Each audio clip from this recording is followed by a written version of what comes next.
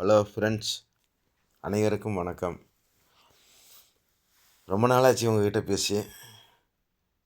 நான் யாருன்னு சொல்லணுங்களா? சிந்தனை கவிஞன் சேலம் வீரபத்திரன். புதிய புதிய சினிமா கதை வசனம் பாடல் எழுத என்னை அணுகலாம் சார். இப்போ ஒரு வாரமாக ஃபேஸ்புக்லேயும் யூடியூப்லேயும் இன்ஸ்டாகிராம்லேயும் விஜய் சார்ந்த படம் ஜனநாயகனை பற்றி தான் பயங்கரமாக பின்னி பெணல் எடுக்குது.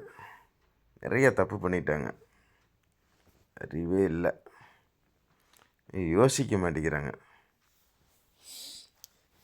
அதாவது சென்சார் போர்டில் அனுமதி வாங்கினதுக்கு அப்புறம் ட்ரெய்லரை வெளியே விடணும். அதுதான் முறையாக செய்யணும். ஆடியோ லான்ச் நடத்துனீங்க சிங்கப்பூர், மலேசியாவில். சரி, ரைட்டு, வாஸ்தவம். அந்த ட்ரெய்லரில் என்ன நடந்துச்சு தெரியுங்களா?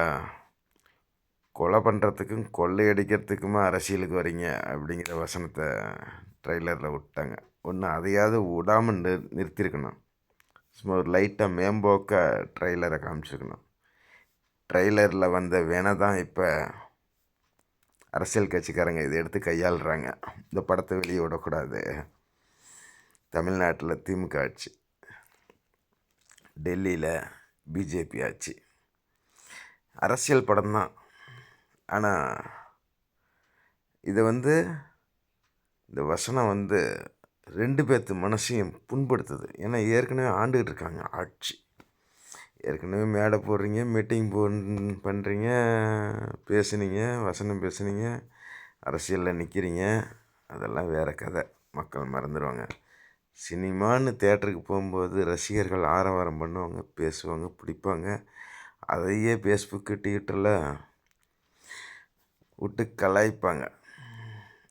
அதனால் இது முன்னெச்சரிக்கை நடவடிக்கையாக படத்தை அமுக்கணும். பொங்கலுக்கு வெளியே விடக்கூடாது, பொங்கல் முடிஞ்சு தான் வெளியே விடணும் அப்படின்னு சொல்லி படிப்படியாக ஆரம்பிச்சிட்டாங்க. இது இவங்களா போட்டுக்கிட்ட விதை. படித்தும் அறிவில்லை. படிக்காதான் நான் சொல்கிறேன், புத்திமதியை கேளுங்க. என்றைக்குமே எந்த சினிமா எடுத்தாலும் சரி, அரசியல் சினிமா எடுத்தாலும் சரி, குடும்ப கதை எடுத்தாலும் சரி, எந்த சினிமா எடுத்தாலும் சரி, சென்சார் போர்டில் அனுமதி வாங்கி லெட்டரை கையில் வாங்கி வச்சுக்கிட்டு தான் நீங்கள் ட்ரெய்லரை வெளியே விடணும். அதுக்கு முன்னாடியே ட்ரெய்லரை வெளியே விட்டிங்கன்னா இருக்கிற உங்கள் எதிர்ப்பாளர்கள், எதிரிகள் அதை வச்சு உங்களை மடக்கிடுவாங்க. நீங்கள் போட்ட பணம், முதலீடு போச்சு, நடித்த சினிமா போச்சு, எல்லாம் போச்சு, தேட்டர் வசூல் போச்சு, சொன்ன தேதியில் ரிலீஸ் பண்ண முடியாது. ரொம்ப உஷாராக பிழைக்கணும். அதெல்லாம் படிக்காத முட்டாள் தான், 7வது ஃபெயில். இது எல்லோரும் கேட்டு ஷேர் பண்ணுங்கள். இனிமேலாவது திருந்துங்க. இவர் இளைய தளபதி விஜய் அரசியல் சினிமாவே எடுத்திருக்கக்கூடாது, நடிச்சிருக்கவும் கூடாது. 68 படத்துலேயும் முடிச்சுட்டு அரசியலுக்கு வரேன்னு என்றைக்கு கால் எடுத்து வச்சிங்களோ அன்றைக்கி சினிமாவை விட்டு வந்துடணும் வெளியே. அப்புறம் என்ன கடைசி படம் அரசியல் படம் எடுக்கிறேன், அது அப்படியே எடுத்தாலும் வெளியே விட விடுவாங்களா? இருக்கிற அரசியல் கட்சி விடுவாங்களா? ஏங்க, தமிழ்நாடு கவர்மெண்ட்டு ஆட்சி இருக்குது, அதிகாரம் இருக்குது, அரசியல் பலம் இருக்குது, பண பலம் இருக்குது, படை பலம் இருக்குது, எல்லா பலமும் இருக்குது. தமிழக முதலமைச்சர், தமிழக துணை முதலமைச்சர் 1100 தியேட்டரும் கைக்குள்ளே வச்சுருக்காரு துணை முதலமைச்சர் ஸ்டாலின் மகன். அவரை மீறி நீ சினிமாவை வெளியே விட்டுற முடியுமா? உனக்கும் அவருக்கு தான் பகை. அவரை எதிர்த்து மீட்டிங் பேசுகிற, ஊர்வலம் பேசுகிற, உண்ணாவிரதம் பேசுகிற, என்னென்னமோ நாடகம் நடத்துகிற தளபதி விஜய், எல்லாம் தெரியாதா? இப்படி எதுக்கும் போது உன் சினிமா விடுவாங்களா? நீ அதை போய் நடிக்கலாமா? 500 கோடி ரூபா நட்டம் புஸ்வானமாக போயிடும். திரும்ப பொங்கல் முடிஞ்சு 10-15 நாள் கழித்து இந்த படத்தை ரிலீஸ் ஆனால் ஒரு 100 கோடி, 150 கோடி, 200 கோடி தான் வரும். போட்ட பணத்துலேயே 300 கோடி காலி ஆகிரும். எதையுமே யோசிக்க மாட்டேங்கிறீங்களே, மக்கட்டத்தனமாக இருக்கீங்களே. நல்லா படிச்சிருக்கிறீங்க, 68-69 சினிமா நடிச்சிருக்கிறீங்க, எவ்வளோ டான்ஸ் ஆடுறீங்க, எவ்வளோ வித்தை கத்துறீங்க.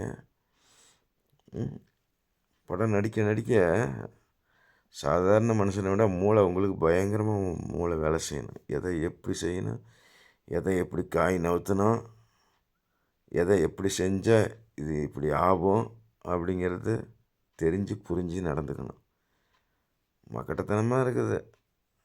அறிவே இல்லை தளபதி விஜய்க்கெலாம். கூட இருக்கிறவங்களுக்கும் அறிவு இல்லை. எல்லாம் மக்கட்ட முண்டைங்க தான். சொல்லி கொடுக்குறவங்களும் மக்கட்ட தான். சொந்த புத்தி இல்லை, சுய புத்தி இல்லை, சொல் புத்தி இல்லை, எந்த புத்தியும் இல்லை. என்னத்த சொல்கிறது. ஒரு சினிமாவில் ஒரு அனுபவம் இல்லை.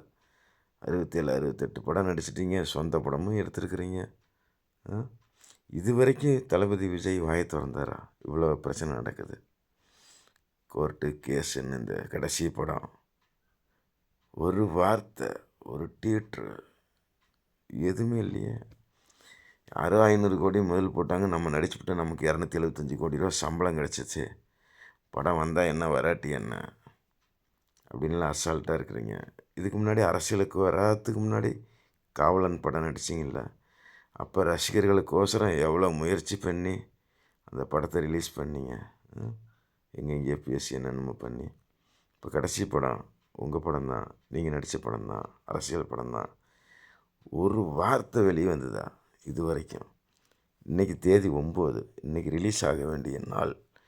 இன்றைக்கி சென்னை ஹைகோர்ட்டில் தீர்ப்பு கொடுத்துட்டாங்க, படத்தை ரிலீஸ் பண்ணுங்கன்ட்டு. உடனே அடுத்த 1 மணி நேரத்தில் டெல்லிக்கு போயிடுச்சு. இந்த பேப்பரு போட்டு தடை பண்ணிட்டாங்க. ஜனவரி 21 வரைக்கும் தடை பண்ணி வச்சுருக்குறாங்க. 21 தான் விசாரணைக்கு வரும். பொங்கல் முடிஞ்சு எங்கே போயிடுச்சு. சிறு துரும்பும் பல் குத்த உதவும். இது ஒரு சின்ன விஷயம். ஏன் அந்த சர்டிஃபிகேட்டை வாங்கி கையில் வச்சுக்கிட்டு ட்ரெய்லரை வெளியிடுறது?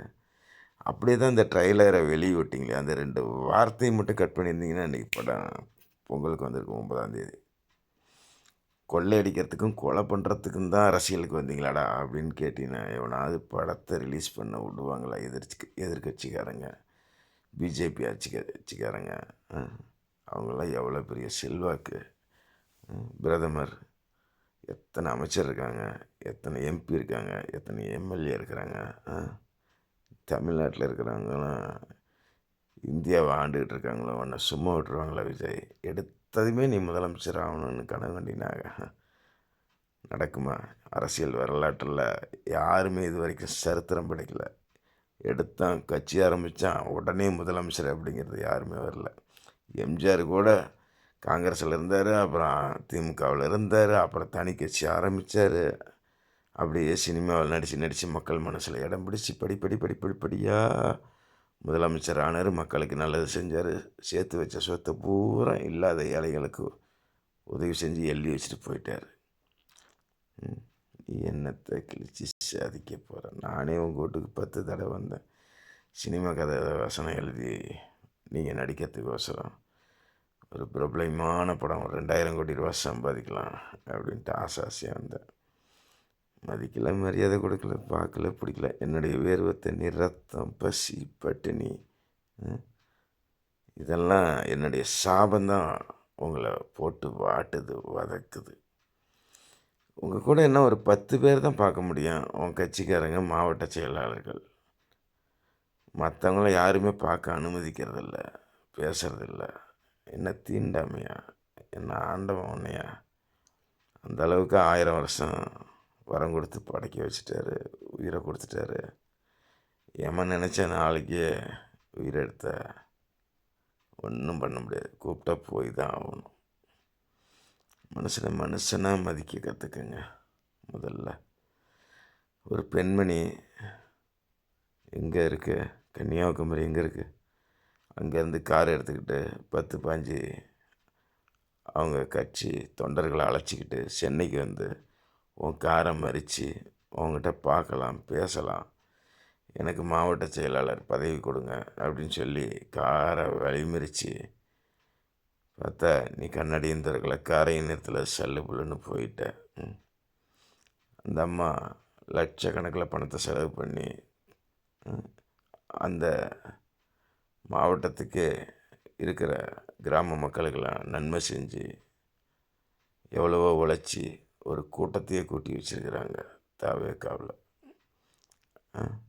அந்த அம்மா ஓரளவுக்கு வசதி தான். அந்த அம்மாவிட பல மடங்கு கோடீஸ்வரனாக இருக்கிறான், அவன் பணம் செலவு பண்ணுவான் எலெக்ஷனுக்கு அப்படின்னு சொல்லி அவனுக்கு மாவட்ட தலைவர் பதவி கொடுத்துட்டு அவங்ககிட்ட ஒரு ஈகுஞ்சி காக்கா கூட வராது. பணம் செலவு பண்ணால் மக்கள் வந்துடுவாங்க அப்படின்ட்டு இந்த அம்மாவை 2-3 வருஷமாக உன் கட்சியிலேருந்து தொண்டு வேலை செஞ்சு படாத பாடுபட்டு பல லட்சம் செலவு பண்ணி கார் எடுத்துகிட்டு உன்னை பார்க்க வந்து இதை மாவட்ட செயலாளர் பதவி கொடுப்பீங்க, அப்படி இல்லைனாலும் வேறு ஏதாவது ஒரு பொறுப்பை கொடுத்து ஒரு உட்காந்து பேசி புரிய வச்சு ஏதாவது ஒன்று ஒரு நன்மை செஞ்சு அந்த பெண்மணியை அனுப்பியிருக்கலாம். பார்க்கவும் உனக்கு பிடிக்கல, பேசவும் பிடிக்கல. கடைசியில் அந்த அம்மா மனம் நொந்து போய் வெந்து போய் தூக்க மாத்திரை சாப்பிட்டு ஆஸ்பத்திரியில் படுத்து திரும்ப அப்புறம் பொழைச்சி அந்த பைத்தியக்காரி பேர் திரும்ப வந்து நான் சாவர வரைக்கும் விஜய் கூட தான் கட்சியில் தான் இருப்பேன் அப்படின்னு சொல்கிறேன். அவ்வளோ ஒரு பைத்தியக்காரி மெண்டல். வேறு ஏதாவது ஒரு கட்சியில் போய் சேர வேண்டியதானே. இந்த ரசிகர்களுக்கு கொஞ்சம் கூட அறிவு இல்லை. விஜய் விஜய் விஜய்னு தலையில் தூக்கி வச்சுக்கிட்டு ஆடுறாங்க. அதுக்கெல்லாம் ஆட்சி ஆடுறதுக்கெலாம் தகுதி பத்தாது, பொறுமை பத்தாது, நிதானம் பத்தாது, ஈகோ பிரச்சனை இருக்கான், கௌரவ பிரச்சனை இருக்கான், எடுத்தவொடனே கோவம் வரும், இல்லை போதை பொம்பளை பொறுக்கித்தான் நிறைய அல்ற சொல்கிற சினிமானாவே அப்படித்தான். அதெல்லாம் உடம்புல ஊறி போச்சு. பொண்டாட்டி பிள்ளைங்க கூட வாழாத மனுஷன் பொறுக்கித்தனமாக தான் இருப்பான். என்ன பண்ணுறது? எல்லோரும் பார்த்து தெரிஞ்சுங்க. உங்களுக்கு தெரியாத விஷயம் இல்லை. காலம் கெட்டு போச்சு, நாடு மாறி போச்சு. இனிமேலாம் எலெக்ஷனில் 5000 கொடுத்தா இவங்களுக்கு ஓட்டு, 10,000 கொடுத்தா அவங்களுக்கு ஓட்டு, அப்படித்தான் போகும் ஒழிஞ்சு விஜய் வந்து நிற்கிறாரு, புதுசாக வருவார், புதுசாக தமிழ்நாட்டை மாற்றுவார் அப்படின்னு யாரும் ஓட்டு போட மாட்டாங்க. நீ ஏதோ ஒரு அதிமுகவிலையோ ஒரு பிஜேபிலேயோ கூட்டணி சேர்ந்தால் கொஞ்சம் ஓட்டு கிடைக்கும். ஒரு 40-50 சீட்டு கொடுத்தாங்கன்னா ஒரு 20-30 சீட்டு கிடைக்கும், எம்எல்ஏ தொகுதி கிடைக்கும். நீ ஒரு துணை முதலமைச்சர் பதவி வரலாம். எடுத்ததே நான் தனியாக தான் நிற்பேன், தனியாக தான் நொட்டுவேன், தனியாக தான் கிழிப்பேன் அப்படின்னா ஒரு மட்டையும் கிழிக்க முடியாது. என்ன இவ்வளோ நாளாக சினிமா நடிக்கிற ஒரு அரசியல் அனுபவம் இல்லை, அரசியல் அனுபவசாலிங்க எத்தனையோ பேர் சொல்லுவாங்க, அதையும் கேட்க மாட்டேங்கிற, உன் புத்திக்கும் செயல்பட மாட்டேங்கிற. சரி, நீ நல்லவனாக இருந்து நல்ல புத்தியாக இருந்து எம்ஜிஆர் மாதிரி நாட்டை காப்பாற்றலாம், மக்களை காப்பாற்றலாம் அப்படிங்கிற ஒரு ஆசை, ஒரு உணர்வு, ஒரு நெஞ்சில் ஒரு பாசம் இருந்ததுன்னா அது நிறைவேற்றுவாங்க. ஆண்டவன் அந்த அருளை கொடுப்பாரு, உனக்கு முதலமைச்சர் பதவி கொடுப்பாரு. நீயே கெட்டவனுக்கு கேடு கட்டான், புத்தி மாறும், அறிவு மாறும், சிந்தனை மாறும், எல்லாமே மாறும். அப்போ உன்னுடைய சொத்து பத்தெல்லாம் இழந்துருவார், எல்லாமே போயிடும், நாசமாக போயிடும். வாழ்க வளமுடன். நன்றி, வணக்கம் சார். ஷேர் பண்ணுங்கள். ஜெய் ஹிந்த் இந்தியா.